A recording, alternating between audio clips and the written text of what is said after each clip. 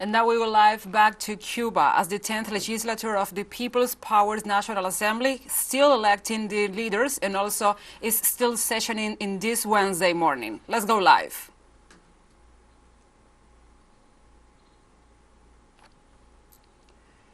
Let's recall the events of this Wednesday morning as the lawmakers were electing the top officials of the electoral body and also of the legislative body of the island. They ratified the top 3 leadership members and also they proposed the other 18 members of the state council. The lawmakers were ratifying the post, were also trying to debate and to deliberate on the proposals to deny, ratify, accept or continue with these proposals, as this is the new term, the legislative year for the island, and also this is the 10th legislature that is going to face the aftermath of several situations in the economy, in the social and political spheres of the island.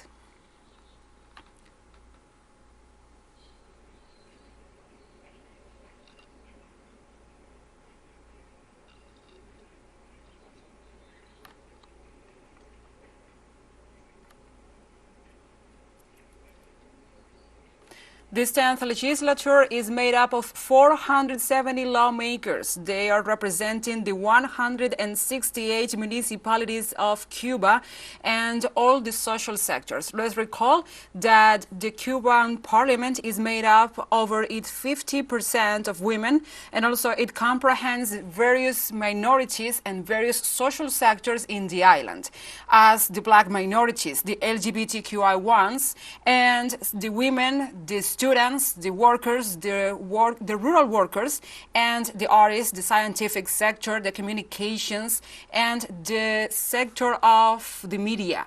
These lawmakers have a broad representation of all the island, as we were saying, and they are in charge. They have the responsibility of electing the top leadership of the nation. The legislature is going to choose now, or in some moment, the top positions for the island. Let's listen.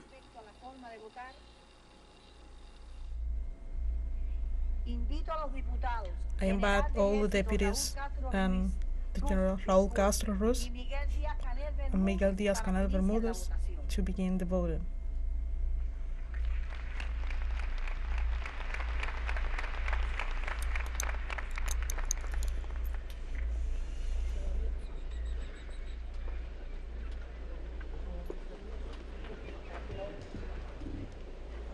I invite all deputies for the first term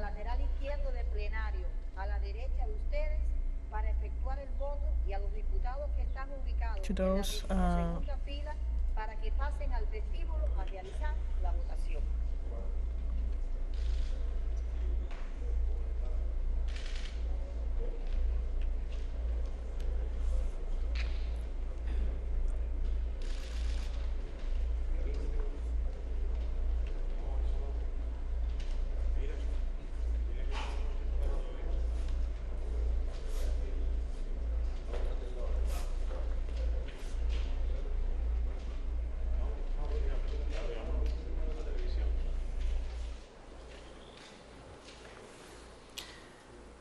The lawmakers now must choose the top leadership of the country. That's to say, the head of state, the president of the Republic of Cuba, the vice president, and other top officials. All of this after electing the 21 members of the State Council of Cuba, the top body, the top decision-making body, alongside with the Communist Party in the island. As we see, Miguel Mario Díaz-Canel Bermúdez. We know our president, the head of state of Cuba, who is accompanied by Raúl Castro Ruz, the commander of the Cuban Revolution, the brother of Fidel Castro, the historical leadership of Cuba's revolution. This is the continuity. This is the past, the foundation of Cuba's revolution and Cuban ideals, alongside with Cuban new generations that are trying to bring forward the ideals and to bring forward a new Cuba for the future and a new Cuba for the world. As we see, amongst the top deputies, there is Bruno Rodríguez Parrilla, who is Cuba's top diplomat. He is the foreign minister of the island and also is a deputy and a member of Cuba's parliament, Cuba's People's Power Assembly. All the parliamentarians are now taking their vote in secrecy. They are casting their vote, and they are electing the new head of state and the new vice president of the island. So far, for this term, the 2018 to 2023 term, those posts were filled by Miguel Díaz-Canel Bermúdez, who is the current head of state of the island, and Manuel Marrero Cruz, who serves as the prime minister of the island. And those top two authorities are the ones in charge of leading the Cuban policies regarding the economy, regarding the social composition, the social policies, regarding also the strategies to cope with some of the external pressure and the internal pressure in the island. As we know, among the top officials of the State Council, there is also Gerardo Hernández Nordelo, one of the 5 heroes of the Cuban Republic. Them were a symbol of Cuba's struggle back then, when they were kidnapped and unjustly imprisoned in the U.S., and now they are serving in the leadership of the country, in the People's Assembly, and also they are serving at the head of massive organizations in the island. That's to say, the Revolutionary Committees. That's an organization that was born with Cuba's revolution and is one of the oldest organizations that accompany the process, the communist and socialist process in the island. Those are organizations that today have to renew their membership, had to look for a new way to connect with the base, with the voters, with the grassroots voters, and possible candidates also.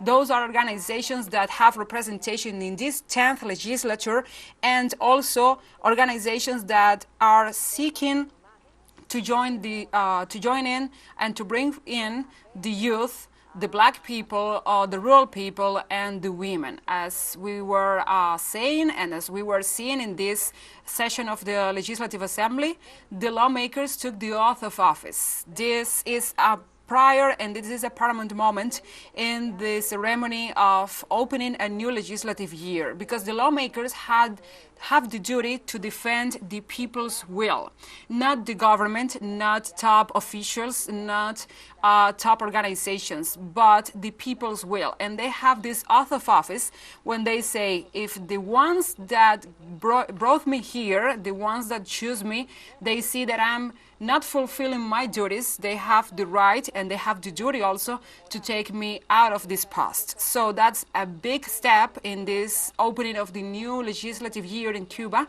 and is a big step also to see the transparency and to see the commitment of Cuban deputies. There is another interesting data in the case of Cuban lawmakers. None of the lawmakers receive a salary to be a Cuban politician.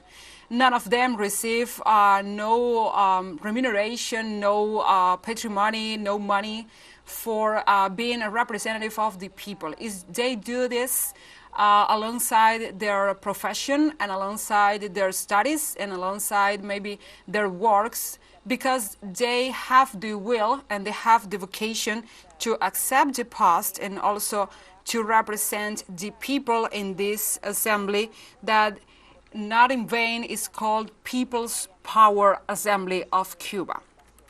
Also, let's recall that these lawmakers have a varied composition, as they now represent all Cuban society sectors. The age average of this new assembly is 46 years old, because there are not only senior officials, maybe elderly officials who can lead the country with experience and with knowledge and with the years amassed in this body, but also the young people who have fresh ideas, who have fresh views on Cuba's situation, and who have also the will to construct a future Cuba for their children and for the generations to come. And they can see this future as close as they want and also as better constructed, because Cuba has to cope and to being up to the changes in the world.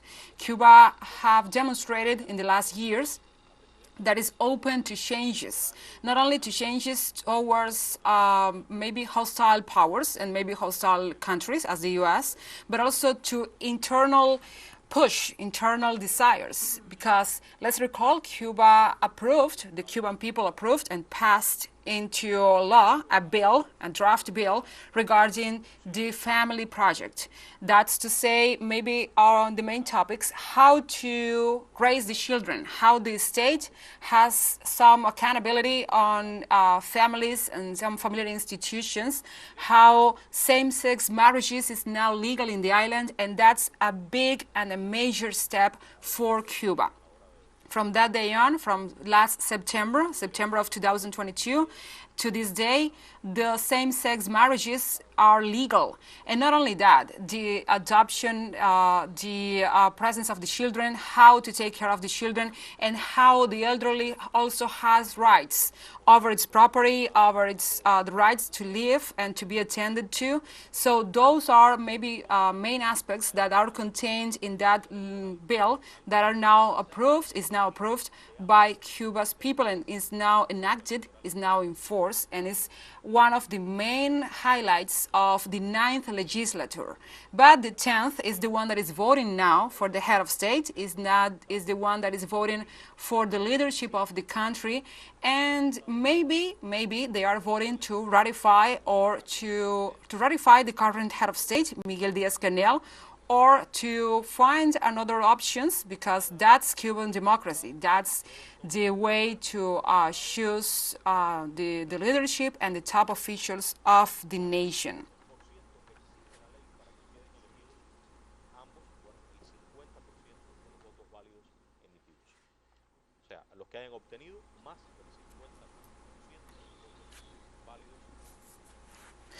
Let's recall the National Assembly will be made up of 470 delegates elected in March in the 168 municipalities of the country. 144 of them come from provinces and regions of the countryside. That's to say, rural workers, the rural population, people who comes from the most humble upbringings, and they are going to give that experiences and that culture and that social view to this National Assembly. Also, in addition, although the average of this age of these candidates is 46, as we were saying, 94 of the deputies are young people between 18 and 35 years old. That involves 3 generations of young people, the teenagers, the 20-something people, and the ones that are in their 30s transitioning to the 40s. That's to say, those are 5 generations, maybe 4 or 5 generations that will come together and join to think a country, to think a legislative year, and also to plan, to strategize a country that is badly hit indeed in its economy and is badly hit in its policy. Also, the final results of the national elections held on March 26 validated the election of the 470 candidates proposed as deputies to the highest body in Cuba, the highest organ of the state power, with more than 50% of valid votes cast by the voters according to the electoral roll. Let's recall the electoral authorities detailed that out of the 6,167,605 Cubans that exercised the right to vote with the established legal requirements according to the electoral law, it represents a turnout of 75.87%, a high turnout in this case. And of the total number of ballots cast, 90.28% were valid, 6.22% were blank, and the 3.50% were annulled. Let's recall something regarding these elections. These elections are voluntary. In Cuba, all people older or above 18 years old and 16 years old have the right to cast their vote to elect the representatives in the municipal level. Those are the candidates that will be choosing the provincial or the regional candidates and deputies, and those lawmakers are the ones that make up the National Assembly, the national leadership of this electoral body. All the deputies are now casting their votes in secrecy, in privacy, in an orderly manner. And let's say something virtues about this Congress. This is a well-organized parliament. This is a well-organized election and process. As we know, Cuba faces not only external pressures, but also internal pressures, and those were felt during the election last March of these lawmakers all across the country. But the transparency of the vote count, the transparency of every information, every report regarding the vote count, the transparency to say the people who abstained from voting and the people who refrained from voting, that those are data, those are information that explain maybe the coherence, the legality, the transparency of these processes in the island, and of the 10th legislature that is opening today and that is starting to work today for the next 5 years, the next term, and that will be accompanied all the process in the country from 2023 to 2028. The last legislature, the 9th legislature, was in power from 2018 to 2023, and that legislature had to see many changes in the country, many reestatement and resetting of policies, also the new constitution, the new code for the families, and the new economic policy, the economic policy that is trying to set the currency and to reevaluate national currency, that's to say the Cuban peso. Those are the main topics, the main highlights, the main moments of the 9th legislature. And the lawmakers are still casting their vote.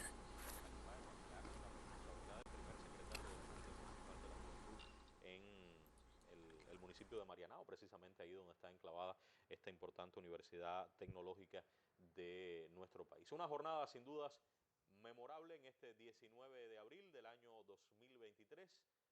Este 19 de abril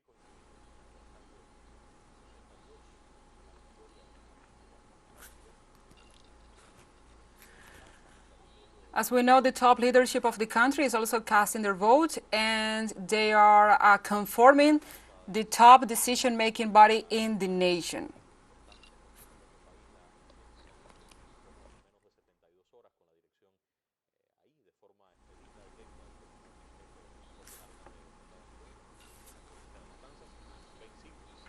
And like this, we say goodbye. We bid farewell to our news broadcast and our news brief. But remember, you can find us in our socials and also in our website at telesurenglish.net. I'm your anchor, Gladys Quesada.